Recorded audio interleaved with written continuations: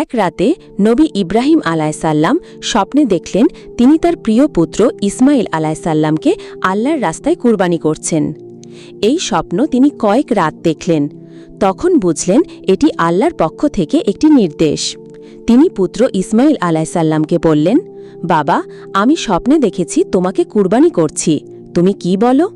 ইসমাইল আলাইসাল্লাম উত্তরে বললেন, হে আমার পিতা, আপনি যা আদিষ্ট হয়েছেন তা করুন, ইনশাআল্লাহ আপনি আমাকে ধৈর্যশীলদের একজন হিসেবে পাবেন। যখন ইব্রাহিম আলাইসাল্লাম ছুরা চালাতে গেলেন, তখন আল্লাহ তাআলা তাকে থামিয়ে দিয়ে জান্নাত থেকে একটি বড় দুম্বা পাঠালেন কুরবানির জন্য। এই ঘটনাকে স্মরণ করে আমরা কুরবানি করি। কোরআনের আয়াত, ফাসাল্লি লিরাব্বিকা ওয়ানহার, অতএব তোমার প্রতিপালকের জন্য নামাজ পড়ো ও কুরবানি করো।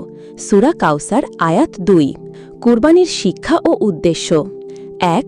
আল্লাহর আদেশ মানা, নিজের সবচেয়ে প্রিয় জিনিস ত্যাগ করে আল্লাহর সন্তুষ্টি অর্জন। 2. ত্যাগ ও কৃতজ্ঞতা, আল্লাহর দেওয়া নেয়ামতের জন্য কৃতজ্ঞতা প্রকাশ। 3. গরিব মিসকিনের সহায়তা, কুরবানির গোশত 3 ভাগ করে 1 ভাগ আত্মীয়, 1 ভাগ দরিদ্র এবং 1 ভাগ